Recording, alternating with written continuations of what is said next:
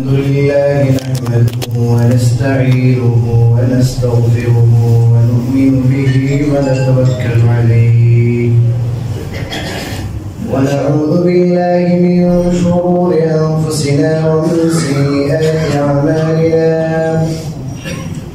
من يهده الله فلا مضل له ومن يضلله فلا هادي له ونشهد أن لا إله إلا الله وحده لا شريك له ونشهد أن سيدنا وسندنا وحبيبنا وشفيعنا ومولانا محمدا عبده ورسوله الذي أرسله الله تعالى بالحق إلى كافة الناس بشيرا ونذيرا وداعيا إلى الله بإذنه وسراجا منيرا صلى الله تعالى عليه وعلى آله وأصحابه وأزواجه وذرياته ومن اهتدى بهديه ودعا بدعوته وبارك وسلم تسليما كثيرا كثيرا أما بعد فأعوذ بالله من الشيطان الرجيم بسم الله الرحمن الرحيم ولقد يسرنا القرآن للذكر فهل من مدكر وقال النبي عليه الصلاة والسلام إن الذي ليس في جوفه شيء من القرآن كالبيت الخرب وقال عليه الصلاة والسلام إذا اشتد الحر فأبردوا بالصلاة فإن شدة الحر من فيح نار جهنم أو كما قال النبي عليه الصلاة والسلام সম্মানিত মুসল্লিয়ান কিরাম আল্লাহ তাআলার লাখ কোটি শুকর যিনি এই তীব্র গরমের মাঝে আমাদেরকে সুস্থ রেখেছেন এবং আমাদেরকে তার ঘরে সালাতুল জুমা আদায় করার জন্য আসার বসার তৌফিক দান করেছেন আলহামদুলিল্লাহ। ধারাবাহিক আলোচনার অংশ হিসেবে আজকে কোরআনে কারীম এবং ওহী নিয়ে আলোচনা করব। জাগতিক বিদ্যা এবং দ্বীনি ইলম, দ্বীনি শিক্ষা, এই বিষয়ে আমি গত সপ্তাহে আলোকপাত করেছিলাম। সেই সাথে আমাদের বর্তমান আরেকটি ইস্যু যোগ হয়েছে, সেটা হলো সারা দেশে আপনারা জানেন যে তাপমাত্রা যে পরিমাণ বেড়েছে, মানুষের খুব কষ্ট হচ্ছে। এই তাপমাত্রা বৃদ্ধির কারণটা কি, শরীয়তের দৃষ্টিকোণ থেকে, কোরআন সুন্নাহর দৃষ্টিকোণ থেকে, এবং আমাদের এই সময় করণীয় কি, এটা একটা বর্তমান ইস্যু, এটা আমাদের জানা থাকা দরকার।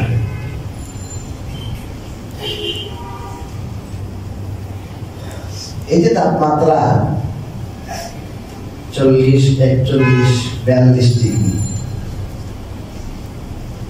আমরা তো বৈজ্ঞানিক দৃষ্টিকোণ থেকে এক ধরনের বিশ্লেষণ করি সেটা। বিজ্ঞানীরা যেভাবে বলেন, আবহাওয়া অধিদপ্তরে অনেক তথ্য দেয়, কিন্তু শরীয়ত বা কোরআন এবং সুন্নাহ ভিন্ন আরেকটা তথ্য দিয়েছে। সেই তথ্যের দিকে আমি আপনাদের একটু মনোযোগ আকর্ষণ করতে চাই। রাসূলুল্লাহ সাল্লাল্লাহু আলাইহি ওয়াসাল্লাম বলেছেন, হাদিস সহিহ বুখারীতে আছে, সহিহ বুখারী, যখন গরম তীব্র হয় তখন তোমরা জোহরের নামাজটা একটু ঠান্ডা করে পড়ো। গরমের উত্তাপ যখন শেষ হয়ে যাবে, একটু ঠান্ডা হবে, তখন এত তাড়াতাড়ি না, আমরা যে একটা দেড়টা সবাই একটা করিনি।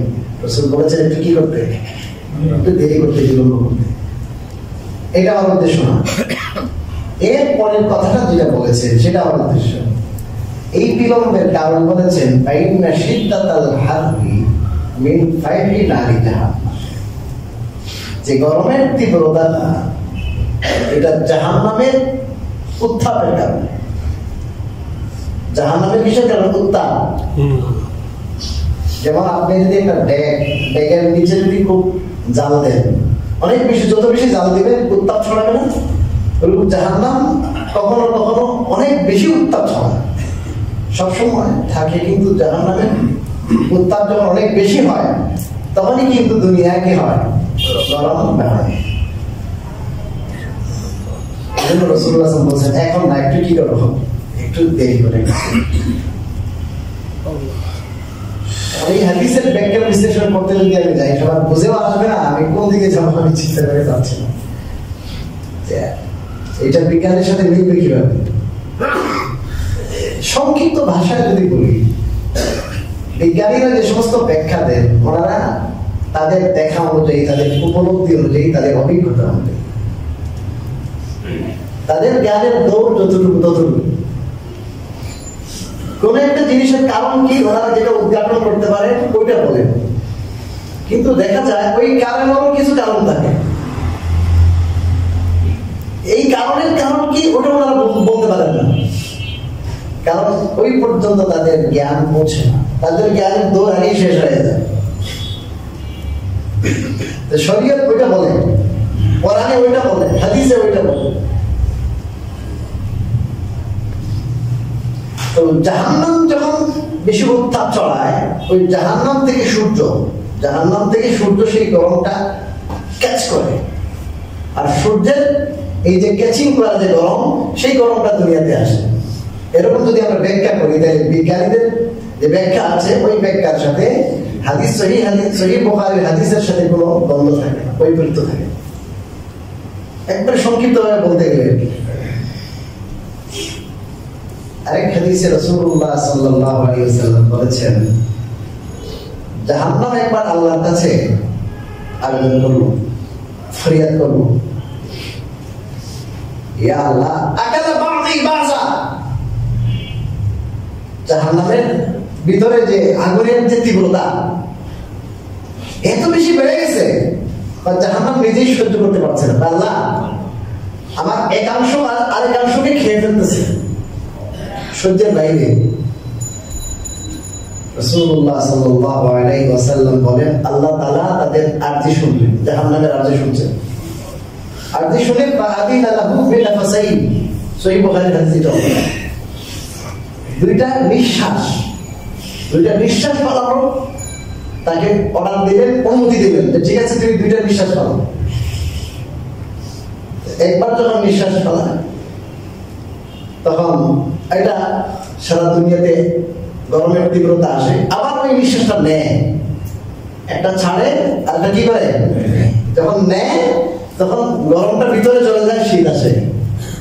কথা বুঝতে পারলেন? শ্বাসটা যখন সে ভিতরে নিল তখন গরমটা টেনে দিল, তখন কি আসে, আর যখন কি শ্বাসটা সে বাইরে ফেলাইল তখন কি আসে।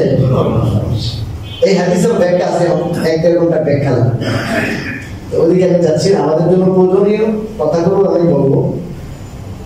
এই যে আমরা 40, 41, 42 সেলসিয়াস, এটার কারণে আমরা একবার পাগল পার হয়ে গেছি, এসির দোকানে আগুন লেগে গেছে নাকি,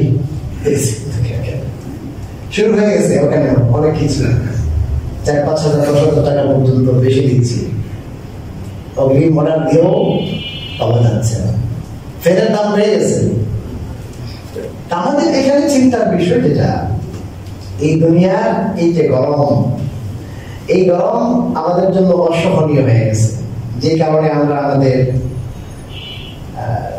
অনেক প্রিয় পছন্দের জিনিস বিক্রি করে হলো এলসি কিনছি, ভালো ভালো নামি দামি ব্র্যান্ডেড ফ্যান কিনছি, এটা থেকে বাঁচার জন্য।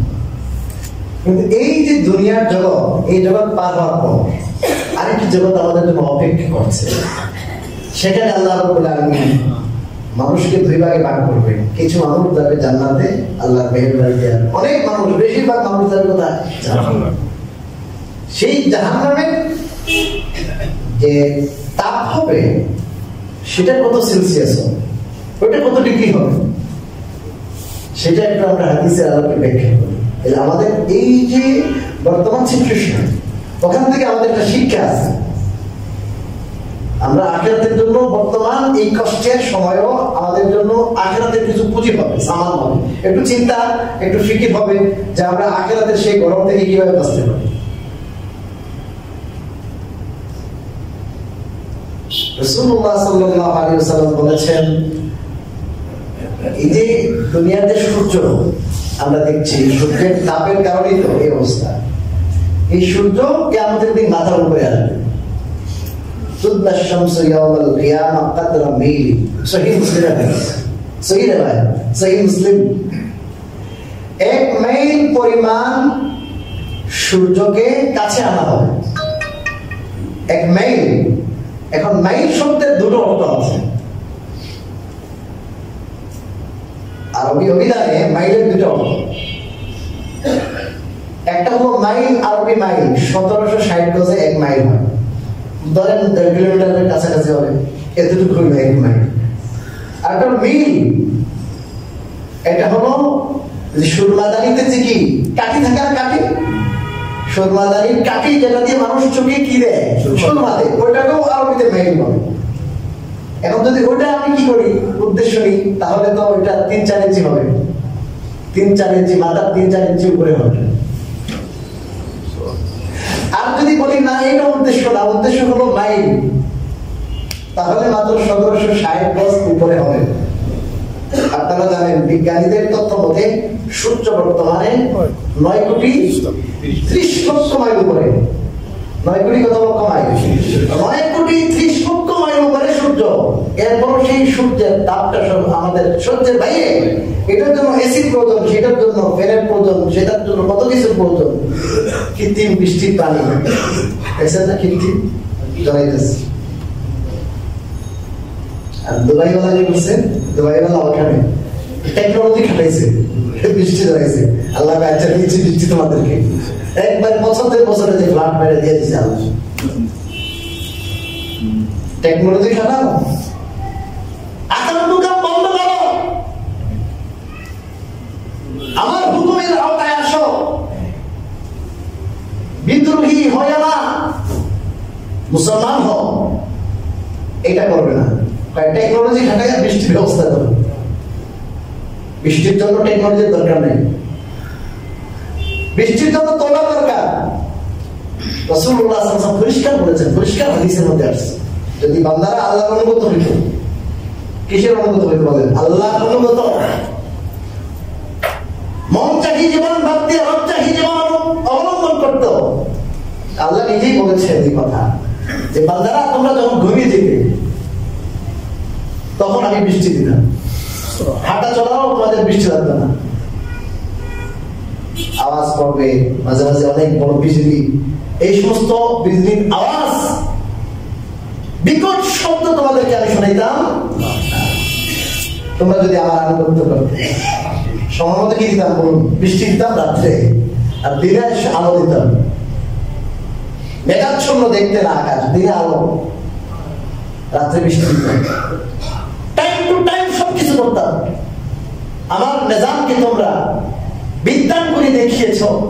আমি যে নিয়ম দিয়েছি, আমি যে শরিয়া দিয়েছি, আমি যে দ্বীন দিয়েছি, আমি যে বিধান দিয়েছি, এটার তোয়াক্কা তোমরা করনি, তাহলে আমি তোমাদের জন্য আমার নিজামকে কিভাবে ঠিক রাখবো? এটাই কথা। আপনার চাকর যে আছে, আপনি তাকে সবকিছু ব্যবস্থা করেন, সবকিছু ঠিকঠাক দেন, তার বেতন দেন, তার বোনাস দেন, তার শার্ট প্যান্ট, তার কাপড় চোপড়, তার সবকিছু ঠিক আছে, তার খাবার দাবার ঠিক আছে, তার পরম সবকিছু ঠিক আছে, কিন্তু সে তার ডিউটি কি করে না, পালন করে না ঠিকঠাক মতো। আপনি দিবেন? আপনি দিবেন না। এটা কয়দিন দিবেন আপনি? আল্লাহ যে ডিউটি দিয়েছেন আমাদেরকে, সেই ডিউটিতে আমরা নাই।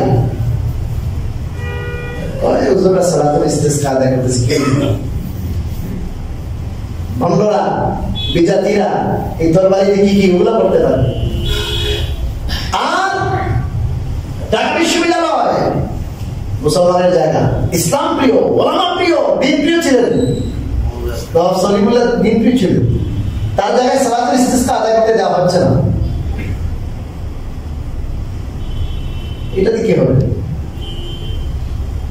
মসজিদ আছে, মসজিদে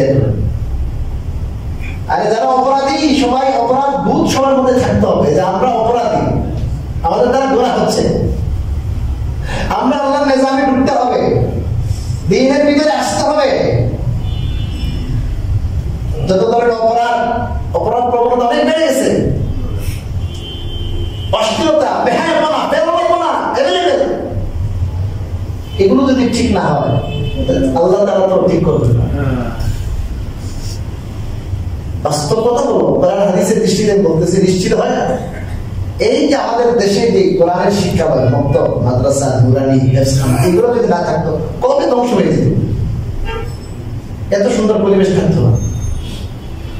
এই কোরআনের তেলাওয়াত রাতে 3টা-4টায় বাচ্চারা কোরআনের তেলাওয়াত শুরু করেছে। এই করোনার সময় সারা দুনিয়ায় মানুষের কি অবস্থা হয়েছে?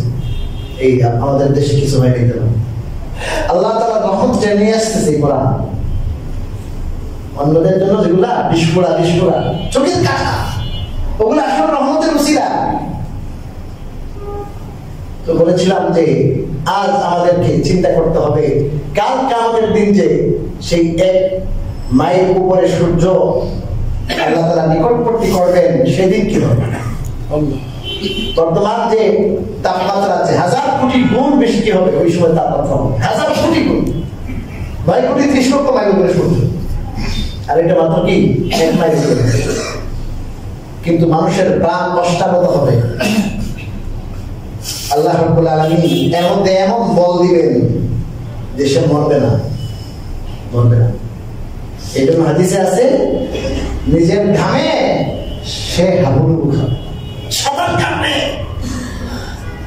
কারো ঘাম কান পর্যন্ত হবে, কারো ঘাম ঘাড় পর্যন্ত, কারো ঘাম বুক পর্যন্ত, কারো ঘাম নাভি পর্যন্ত, কারো কোমর পর্যন্ত, কারো পা পর্যন্ত, যাদের গুনাহ অনুযায়ী এত ঘাম চলবে, এত কষ্ট হবে, কলজেটা একবারে শুকিয়ে যাবে। পানির সমুদ্র বোধহয় খেয়ে ফেললেও বোধহয় কি হবে না, তৃষ্ণা নিবারণ হবে না, এরপরও কি হবে না, প্রাণ বের হবে না। সেই কষ্ট 50,000 বছরের, 50,000 বছর। এই সময় এয়ার কন্ডিশন কোথা থেকে আনবেন? আপনি বাড়িওয়ালা, টাকাওয়ালা, ঠিক আছে, 5-10 হাজার বেশি দিয়ে আনতেছেন এসি। ওই সময় এসি কোথায় পাওয়া যাবে? ওই সময় এসি নাই, কোনো ছায়াও কোথাও নাই। আল্লাহর আরশের ছায়া ছাড়া কোনো ছায়াও নাই, কোনো ছায়া নাই। আল্লাহ বিশেষ বান্দা যারা আছেন ওদেরকে আল্লাহ রাব্বুল আলামিন সেদিন তার ছায়ার তলে আশ্রয় দেবেন। আল্লাহ তাআলা তাদেরকে ছায়ার নিচে, বুখারীর হাদিসে আছে, এদিকে আমি যাচ্ছি।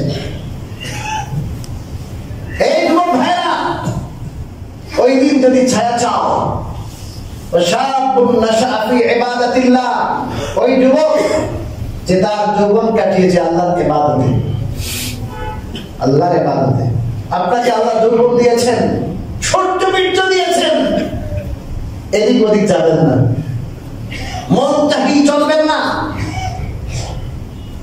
আজকে আপনার যে যৌবন, সেই যৌবনকে আল্লাহ আনুগত্যে রাসূলুল্লাহ সাল্লাল্লাহু আলাইহি ওয়াসাল্লামের সুন্নতের পথে ব্যবহার করুন।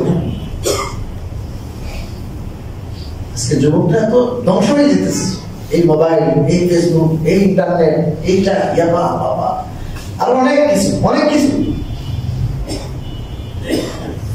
দেশের ভবিষ্যৎ, এই দেশের ভবিষ্যৎ তো যে যুব সমাজ, এই যুব সমাজ ধ্বংস হয়ে যেতেছে।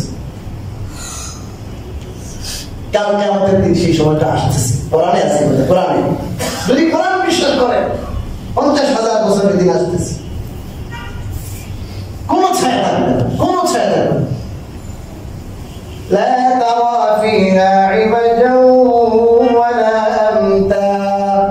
আল্লাহ বলেন এমন সমতল ভূমি হবে যেখানে কোনো টিলা টালাও নাই, সব সমান, কোনো নদী নাই, নালা নাই, সমুদ্র নাই, কিছু নাই। যত বড় পাহাড় আছে ওই ইসরাফিলের ফু দ্বারা সব চূর্ণ বিচূর্ণ হয়ে যায়, একবারে কি হবে বলুন, সমান, কিছু নেই, কোনো গাছ কিছু। ওই সময় আল্লাহ বিশেষ ছায়ার ভিতরে যদি ঢুকতে চান, এই দুনিয়াতে আল্লাহর আনুগত্যে ঢুকতে হবে। এরপরে একটা মজার কথা, আপনারা শুনলে এটা ভালো লাগবে, আমলের প্রতি আগ্রহ আসবে। এই যে 50,000 বছরের দিন, যেদিন কেউ কারো ধার ধারবে না, নিজের বাবা, নিজের মা, নিজের ভাই বোন কেউ কাউকে চিনবে না, প্রত্যেক নফসি নফসি। ওই সময়ে আল্লাহ তাআলার বিশেষ বান্দা যারা যারা দুনিয়ার জীবনে আল্লাহর হুকুম অনুযায়ী জীবন যাপন করেছে, রাসূলুল্লাহ সাল্লাল্লাহু আলাইহি ওয়াসাল্লাম বলেন তাদের জন্য এই সময়টা এত শর্ট মনে হবে, মনে হবে যে এক ওয়াক্ত নামাজ থেকে আরেক ওয়াক্ত পর্যন্ত যে শর্ট 2-1 ঘন্টা থাকে ওরকম মনে হবে। কেমন হইতেছে, নিজের গামে ঢুকতেছে, সাঁতার কাটতেছে, প্রাণ ওষ্ঠাগত কলজা একবারে শুকিয়ে গেছে। আর ওরা আপনার বিপিএপি না মনে হবে যে আসর থেকে আপনার জোর থেকে আসর পর্যন্ত অল্প সময় 50,000 বছর পার হয়ে গেল, কেমন করবে 1-2 ঘন্টা পার হয়েছে, 3 ঘন্টা পার হয়েছে।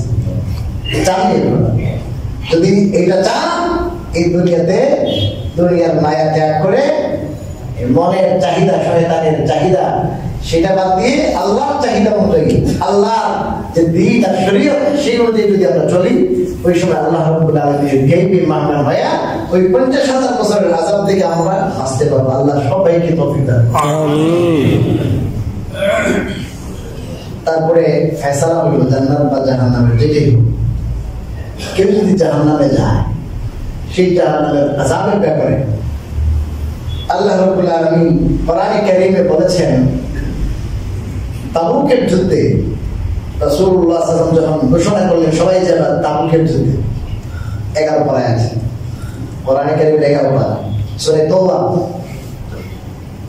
এই তাবুক যুদ্ধে যখন যাবে মুনাফিকরা বলাবলি করবে, এখন তো অনেক গরম, ঘরে টিকা যায় না, এখন কোথায় যায় যুদ্ধ করবা, কি করিও না, বাইরে না, গরম বেশি। আবার খেজুর পাড়ার সিজন, এটা খেজুর পাইকে আসছে, সত্যিকারের মুমিন যারা সবাই বের হয়ে গেছে। 3 জন মুসলমান ছিলেন, তারা একটু বিরত ছিলেন, কেউ কেউ ভাবছিলেন একটু পরে যাবো, যাইয়া আমাদের ঘোড়া আছে ধর্ম দিতে পারেন নাই, ওনাদের তওবাও করে কবুল হয়েছে, ভিন্ন কথা আছে, দেখছি সবাই চলে গেছে, মুনাফিকরা যায় না। আল্লাহ রাব্বুল আলামিন কোরআনে কারীমে বলেছেন, কুল নারু জাহান্নাম আশাদ্দু হারাম। কেন বিজি তারা বলেন গরমের মধ্যে বের হয় না, আপনি বলে দিন যে তোমরা যে গরমের ভয় করছো, এই গরম থেকে জাহান্নামের আগুনের গরম অনেক বেশি, অনেক কি বেশি। অতএব সেই জাহান্নামের আগুন থেকে যদি রক্ষা পেতে চান, তাহলে বাইরে আল্লাহর রাস্তায় কি হোক,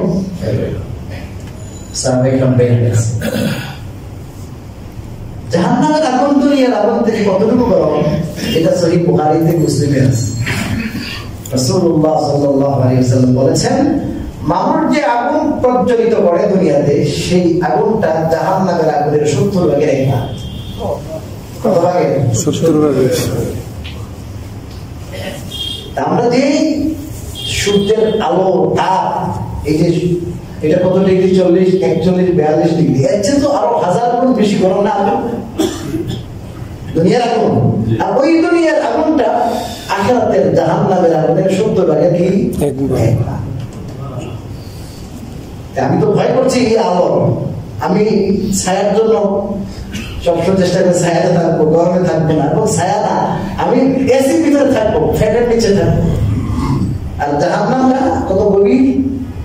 হযরত আবু হুরায়রা রাদিয়াল্লাহু তাআলা থেকে বর্ণিত, রাসূলুল্লাহ সাল্লাল্লাহু আলাইহি ওয়াসাল্লাম একবার সাহাবাদের নিয়ে বসা ছিলেন, একবার বিকট একটা আওয়াজ এসেছে, সামি আওয়াজ পাতা, فقال أتدرون ما هذا؟ وأمر الصحابة الكرام জানো এই বিকট শব্দ কিসের? قالوا الله ورسوله أعلم, আল্লাহ এবং আল্লাহর রাসূল ভালো জানেন। আমরা তো টাস করে এটা করে যাই, সাহাবায়ে কেরাম ফতোয়া দিতেন না, বলতেন না যে আল্লাহ এবং আল্লাহর রাসূল কি জানেন, ভালো জানেন। তখন বললেন যে 70 বছর আগে, কত বছর আগে? 70 বছর আগে জাহান্নামের মুখাতে একটা পাথর ছেড়ে হয়েছে। এটা কি পাথর ছোড়া হয়েছিল, এই 70 বছর পরে এই জাহান্নামের তলায় যায় সেই পাথরটা লাগছে, এই পাথরটা লাগার আওয়াজ। বুঝতে পারছেন কতটা গভীর? পাথর ছাড়ছে কত বছর লাগবে? 70 বছর পর্যন্ত যেতে যেতে যেতে যেতে যেতে যেতে 70 বছর যখন শেষ হয়েছে তখন একবার তলায় যে বাড়ি দিয়েছে, বিরাট আওয়াজ হয়েছে। রাসূলুল্লাহ সাল্লাল্লাহু আলাইহি ওয়াসাল্লাম বলেন এটা হলো ওই আওয়াজ। এত গভীর, এত গভীর, এই পরিমাণ আগুন। আর দুনিয়ার আগুনে মানুষ যখন পড়ে 5-7 মিনিটের ভিতরে শেষ নাই। কুল্লামা খাবাত জিদনাহুম সাইরা। আল্লাহ বলেন যখনই আগুন একটু নেভে যাবে, বুঝাচ্ছে না, পুষ্টো যেগুলো বলে বলে একটু স্মিথ হয়ে যাবে, আবার আল্লাহ কি করবে? আগুন জ্বালাই দেবে। আবার আগুন কি করবে? জ্বালাই দেবে। দুনিয়ার আগুন যখন চামড়ায় লাগে, চামড়াটা পুড়ে, কোথায় কি পুড়ে? চামড়া পুড়ে।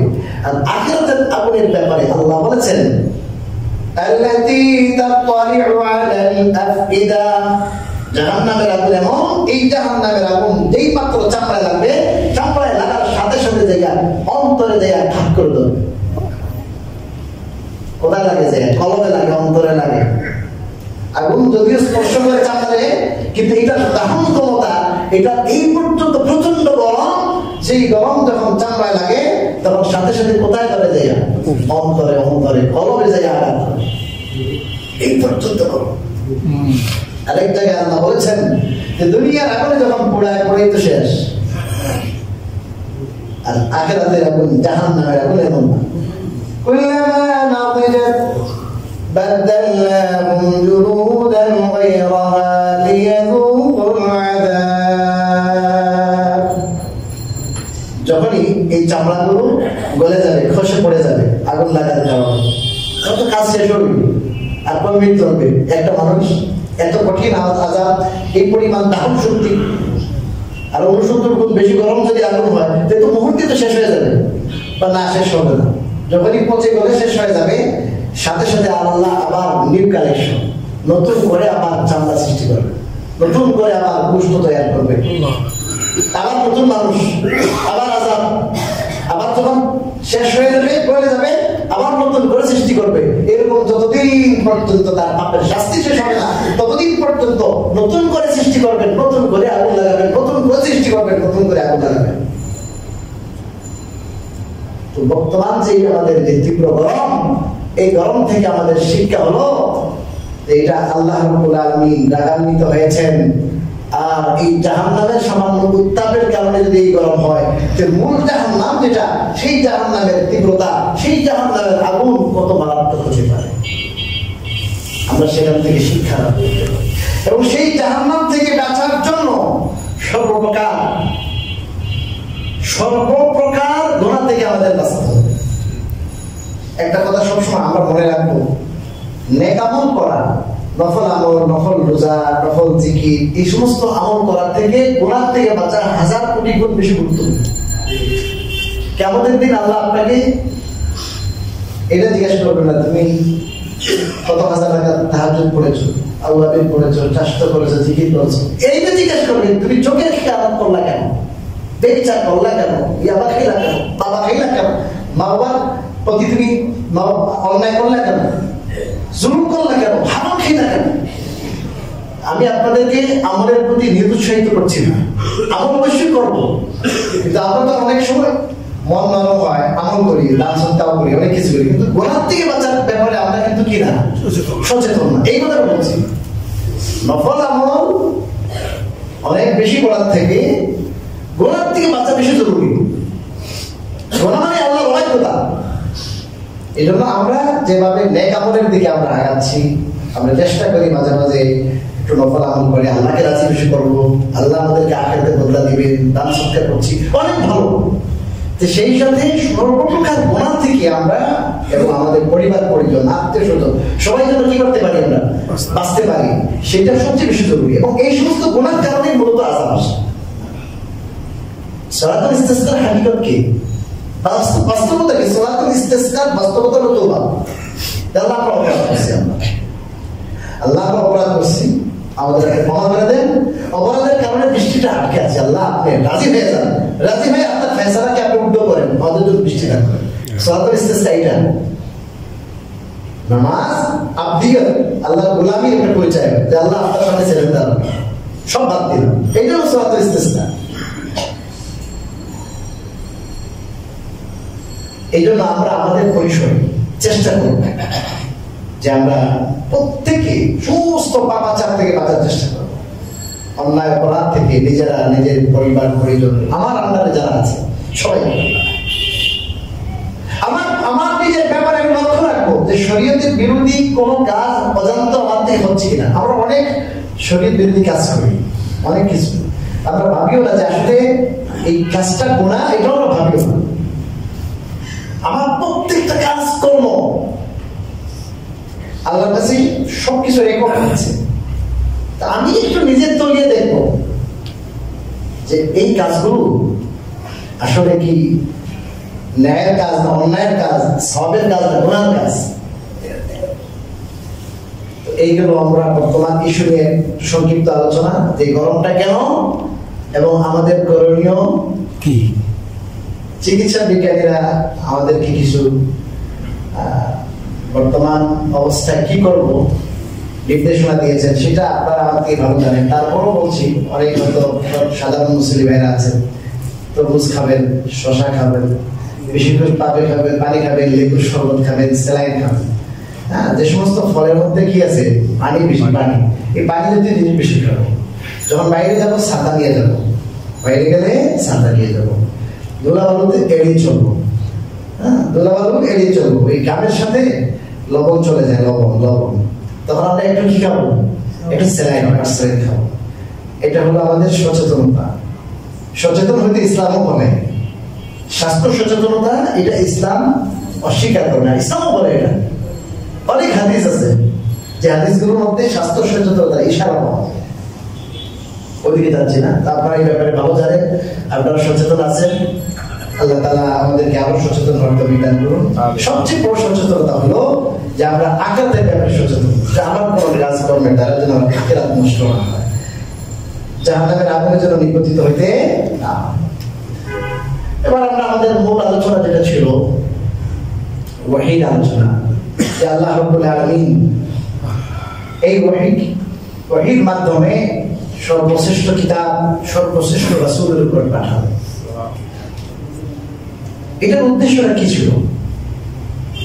এই কোরআনে কারীম নাযিল করলেন, আর এই কোরআনে কারীম নাযিল করলেন সর্বশ্রেষ্ঠ মানব যিনি, সর্বশ্রেষ্ঠ রাসূল যিনি, তার উপর। এই কোরআনে কারীম নাযিল করার ইতিহাস আছে, এর পিছনে অনেক লম্বা ইতিহাস।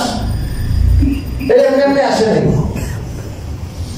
আজকে তো আমি হয়তো 500-700 টাকা দিয়ে একটা কোরআন কিনতে পারছি। এই কোরআনে বড় একটা ইতিহাস আছে। কোরআন 23 বছরে নাযিল হয়েছে, 23 বছরে নাযিল হয়েছে। কোরআন যখন নাযিল হয়, আল্লাহ রাব্বুল আলামিন এই পুরা দুনিয়ার যে নিজাম আছে, এই নিজামটাই চেঞ্জ করে ফেলেছে। গণক আছে না, গণক, এই গণকরা আগে এই যে সমস্ত জিনের সাথে ওদের সম্পর্ক, ওরা কিন্তু আগে যেতে পারতো উপরে। আল্লাহ তাআলা ফেরেশতাদের সাথে কি কথা বলেন, কি ফয়সালা, কি আসল বিষয়, এগুলো একটু শুনে এসে গণকদেরকে বলতো যে আল্লাহ এই ফয়সালা করছেন। এরপরে তারা একটার সাথে আরো 99টা অ্যাড করে সত্য মিথ্যা বানাই বলতো। একটা তো লাগে, একটা লাগে না, এই মানুষই বিশ্বাস করে যে না, কথাটা ঠিক হয়ে গেছে। এখনো কিন্তু আছে, গণকরা আছে না, এখনো আছে। অনেকে কিন্তু গণকের কাছে যায়, ভাগ্য পরীক্ষার জন্য যায় না, হাত দেখে। গণকের কাছে গেলে আপনি ইমান বিক্রি করে আসেন। সহিহ মুসলিমের হাদিস, মান আতা আল্লাহা, যে কোনো গণকের কাছে গেল, ফাকাদ কাফারা বিমা উনজিলা আলা মুহাম্মদ সাল্লাল্লাহু আলাইহি ওয়াসাল্লাম, সেজন্য মুহাম্মদ সাল্লাল্লাহু আলাইহি ওয়াসাল্লামের উপরে যা নাযিল করা হয়েছে, যে দ্বীন, যে কোরআন, যে সুন্নাহ, এটাকে যেন সে অস্বীকার করে গণকের কাছে যাবেন না। হঠাৎ করে দেখা যায় যে জিনটা উপরে উঠে, যখন উপরে যায়, উল্কি পিণ্ড, আগুন আগুন আগুন মেরে দেওয়া হচ্ছে, আগুনের খন্ড খন্ড। এখন তার তো অনেক চিন্তা পড়ে গেল, এই জিনটা ব্যাপারটা কি ব্যাপার? وَإِنَّا لَا نَدْرِي أَشَرٌّ أُرِيدَ بِمَنْ فِي الْأَرْضِ أَمْ أَرَادَ بِهِمْ رَبُّهُمْ رَشَدًا যে পৃথিবীবাসী যে জড় এই দুনিয়াবাসী যারা আছে এদের ব্যাপারে কোন অমঙ্গলের ইচ্ছা করেছেন নাকি কোন মঙ্গলের ইচ্ছা করেছেন, এই পথটা ক্রুজ করে দেন। আগে যেতে পারতাম কত সুন্দর, এখন যেতে পারি না, এই রাস্তাটা বন্ধ হলো ব্যাপারটাকে। তারা পরামর্শ করে বিভিন্ন টিম তারা তৈরি করবো। এই টিমগুলোকে সারা দুনিয়ার বিভিন্ন প্রান্তে তারা পাঠিয়ে দিল, তোমরা এদিকে যাও, তোমরা এদিকে যাও, তোমরা এদিকে যাও, তোমরা এদিকে যাও। যে দুনিয়াতে কি ঘটনা এমন যে ঘটনা ঘটার কারণে আকাশপথ কি করা হয়েছে, বন্ধ করা হয়েছে। বিভিন্ন দল ঘুরছে, এটা তো ঘোরা তো সহজ, জিন্দার করে বলেন না। রাসূলুল্লাহ সাল্লাল্লাহু আলাইহি ওয়াসাল্লাম তায়েফ থেকে ফিরলেন, মনটা বিষণ্ণ। আমার মক্কাবাসী আমার দাওয়াত শুনল না, তাদেরকে জাহান্নাম থেকে বাঁচানোর জন্য আমি আপ্রাণ চেষ্টা করলাম, তাদের কল্যাণ কামনা করলাম, তাদের হাতে ধরলাম, তাদের পায়ে ধরলাম, তারা শুনে নাই। কিছু আত্মীয়তার সুবাদে গেলাম তায়েফে, 120 কিলোমিটার দূরে, ওরাও আমাকে নির্যাতন করলো। আল্লাহ, আমি যাবো কোথায়, আমার কি হবে? আপনি আমাকে যে দিন দিয়েছেন, যে দাওয়াতের জিম্মাদারি দিয়েছেন, আমি কোথায় যাবো? সারা শরীরটা একবারে খণ্ড বিখণ্ড হয়ে গেছে। রাসূলুল্লাহ সাল্লাল্লাহু আলাইহি ওয়াসাল্লাম মনটা বড় ভাঙা। আল্লাহ রাব্বুল আলামিন এই ফজরের সময় তেলাওয়াত করতেছে, তাহাজ্জুদের নামাজ। এখন হঠাৎ করে ওই জিনদের একটা দল ওই জায়গা দিয়ে যাচ্ছে, ওই জায়গাতে কি যাইতেছে, এই এখন একটা এই বলো এদিকে আসো, এদিকে আসো, এদিকে আসো, কি বলে এদিকে আসো, এদিকে আসো। আমরা আমাদের মূল যে উদ্দেশ্য, টার্গেট, এটা বোধহয় পেয়ে গেছি, এটা বোধহয় পেয়ে গেছি। কোরআনে কারীম শুনতেছে, এখন তারা রাসূলের কারীমের তেলাওয়াত শুনছে। তেলাওয়াত শুনে ওই সময় তারা মুসলমান হয়ে গেছে। সুবহানাল্লাহ। তারা বুঝে গেছে এই যে কোরআন, এই কোরআন দুনিয়াতে নাযিল হওয়া শুরু হয়েছে এই উম্মত পুরা দুনিয়াবাসীকে হেদায়েত করার জন্য, আল্লাহর সাথে কানেক্ট করে দেওয়ার জন্য। এই জন্যই বোধহয় আসমানের পথটা কি করে দেওয়া হয়েছে, বন্ধ করা হয়েছে। قُلْ أُوحِيَ إِلَيَّ أَنَّهُ اسْتَمَعَ نَفَرٌ مِّنَ الْجِنِّ فَقَالُوا إِنَّا سَمِعْنَا قُرْآنًا عَجَبًا يَهْدِي إِلَى الرُّشْدِ فَآمَنَّا بِهِ وَلَن نُّشْرِكَ بِهِ أَحَدًا। আল্লাহ তাআলা নাযিল করলেন পুরা সূরা জিন। তারা যে বলল না এই ঘটনা, তখন তার সবাই একমত হয়ে গেল এই কোরআন যেন নাযিল হয়, কোরআনের একটা শব্দ যেন কেউ ছিনিয়ে নিতে না পারে। ফেরেশতারা আসবে না, এক একটা আয়াতের সময় শুধু জিবরিল আসতেন এমন না, অনেক সময় জিবরিলের সাথে শত শত না হাজার হাজার ফেরেশতা কি করতেন সাথে, এত হেফাজতের সাথে। আসমানের যে একটা ব্যারিকেড, আসমানের যে হেফাজত আর নিরাপত্তা, সেই নিরাপত্তা বিধানের জন্য আল্লাহ তাআলা ওই সময় রাস্তা ক্লোজ করে দিয়েছে। এইভাবে রাসূলুল্লাহ সাল্লাল্লাহু আলাইহি ওয়াসাল্লামকে বাছাই করলেন যে দুনিয়াতে সর্বশ্রেষ্ঠ মানবকে, মানবতার যে গুণ, সর্বোৎকৃষ্ট সমস্ত গুণ যার মধ্যে সবচেয়ে বেশি, তাকে বাছাই করবেন। যে আপনি পৃথিবীকে মানবতা শিক্ষা দিবেন, আপনি পৃথিবীকে ইনসানিয়ত শিক্ষা দিবেন, আপনি পৃথিবীর সমস্ত মানুষকে তার মাওলার সাথে, তার রবের সাথে আপনি সম্পৃক্ত করে দিবেন। তার আসল উদ্দেশ্য সে আখিরাতমুখী হবে, তার আখিরাতের এলেম আপনি দিয়ে দিবেন। দুনিয়ার তার জীবন, সেই জীবন যাত্রা শুরু হয়েছে কেন, কোথায় যে শেষ হবে, দুনিয়াতে কিভাবে চলতে হবে, দুনিয়ার উদ্দেশ্য কি, এই সব কিছু তাকে বুঝিয়ে দিবেন। রাসূলুল্লাহ সাল্লাল্লাহু আলাইহি ওয়াসাল্লামকে এই দায়িত্ব দিলেন। এই দায়িত্বটা বুঝিয়ে দেওয়ার জন্য এই কোরআন কারীম নাযিল করা। আর কোরআন কারীম এটা ওয়াহী, ওয়াহী আল্লাহ রাব্বুল আলামিনের পক্ষ থেকে জিনিসটা আসে, যে এলেমটা আসে ওটা এলেম ওয়াহী, ওটা মস্তিষ্ক প্রসূত না, এটা মানুষ তার জ্ঞান বিজ্ঞানের দ্বারা অর্জন করতে পারে না। সরাসরি আল্লাহ প্রদত্ত, আল্লাহর পক্ষ থেকে প্রেরিত যেটা সরাসরি, ওটা ওয়াহী। যেটা শব্দ আল্লাহ, মর্ম আল্লাহ, ওটা কোরআন। আর যেটা মর্ম আল্লাহ, শব্দ রাসূলের, ওটা হাদিস।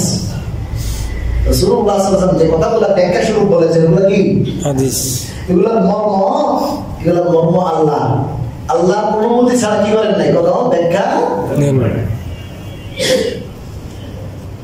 وأنزلنا إليك الذكر لتبين للناس ما نزل إليهم ونبي আপনার কাছে আমি কোরআনে কারীম পাঠাইলাম, নাযিল করলাম, যাতে করে তাদের উপর এই কোরআন নাযিল করা হয়েছে সেটি ব্যাখ্যা এবং বিশ্লেষণ যেন আপনি করতে পারেন। ব্যাখ্যা বিশ্লেষণের দায়িত্ব কাকে দিলেন? সূরা কিয়ামার মধ্যে আল্লাহ বলেছেন সুম্মা ইন্না আলাইনা বায়ানা। জিবরিল যখন কোরআন নিয়ে আসেন, রাসূল তাড়াতাড়ি করেন জবাব চেষ্টা করেন। জিবরিল বলেন আপনি তাড়াহুড়া করার দরকার নাই, জবাব দরকার নাই, আপনি যখন শুনবেন শোনার সাথে সাথে আপনার মুখস্থ হয়ে যাবে। এটা সংরক্ষণ করা কার দায়িত্ব? আমার দায়িত্ব। আল্লাহ বলেছেন সংরক্ষণ করা আমার দায়িত্ব। আপনি এটা জমা রাখবে না, মুখস্থ করা লাগবে না, টেনশনের কারণ নাই। আল্লাহ বলেন সুম্মা ইন্না আলাইনা বায়ানা, শুধু কোরআন সংরক্ষিত করা, কোরআনের শব্দ মুখস্থ করিয়ে দেওয়া, কোরআন বুকের ভিতরে জমায়ে দেওয়া, এটা শুধু আমার কাজ না। সুম্মা ইন্না আলাইনা বায়ানা, কোরআনের ব্যাখ্যা এবং বিশ্লেষণ করিয়ে দেওয়া আমার দায়িত্ব। কার দায়িত্ব? আল্লাহর দায়িত্ব। অতএব কোরআনের যে ব্যাখ্যা এবং বিশ্লেষণ রাসূলুল্লাহ সাল্লাল্লাহু আলাইহি ওয়াসাল্লামের জবান দিয়ে বের হয়েছে, সেটা যদিও রাসূলের জবান দিয়ে বের হয়েছে, এটার মর্ম কার পক্ষ থেকে? আল্লাহ বলেন ওয়ামা ইয়ানতিকু আনিল হাওয়া ইন হুয়া ইল্লা ওয়াহয়ুন ইউহা। মনটি কোনো কথা বলেন না, মনে যেটা চায় ওইটা বলেন না। আমার রাসূল যা বলেন সব কি ওয়াহী, সব কি ওয়াহী। যেটা তার উপরে ঐশী বাণী যেটা প্রেরণ করা হয়, আমার রাসূল শুধু ওইটাই বলেন। অন্যান্য মানুষ যেমন তার মনে যেটা চায় ওইটাই বলে না। এমনকি রাসূলুল্লাহ সাল্লাল্লাহু আলাইহি ওয়াসাল্লাম স্বপ্নে যেটা দেখে ওইটাও ওয়াহী। শয়তান কিছু কি করতে পারে না, স্বপ্নেও রাসূলকে বলাইতে পারে না, দেখাইতে পারে না, স্বপ্নেও কিছু দেখাইতে পারে না। কারণ উনি তো আল্লাহর পক্ষ থেকে নির্বাচিত, মনোনীত। এভাবে আমাদের পর্যন্ত ওয়াহী আসছে। ওয়াহীর সামান্য উদ্দেশ্য বললাম, বাকিটুকু ইনশাআল্লাহ আগামী সপ্তাহে আলোচনা করা হবে। আল্লাহ রাব্বুল আলামিন আমাদেরকে এই ইলমে ওয়াহীর সাথে সম্পৃক্ত হওয়ার তৌফিক দান করুন। আমিন। আমরা যারা ইলমে ওয়াহী শিখতে পারিনি, প্রথম তো হলো শব্দটা শেখা। কি শিখা বলবো? শব্দ, আক্ষরিক জ্ঞান, যেটা আমরা কোরআন শিখি, নুরানিতে শিখি, বয়স্ক শিখি, আক্ষরিক। এরপর হলো এটা কি করা, বোঝা। এরপর হলো আমল করা। অনেকগুলো ধাপ আছে। তা আমরা অনেকগুলো ধাপের কোনো দাবি অর্জন করতে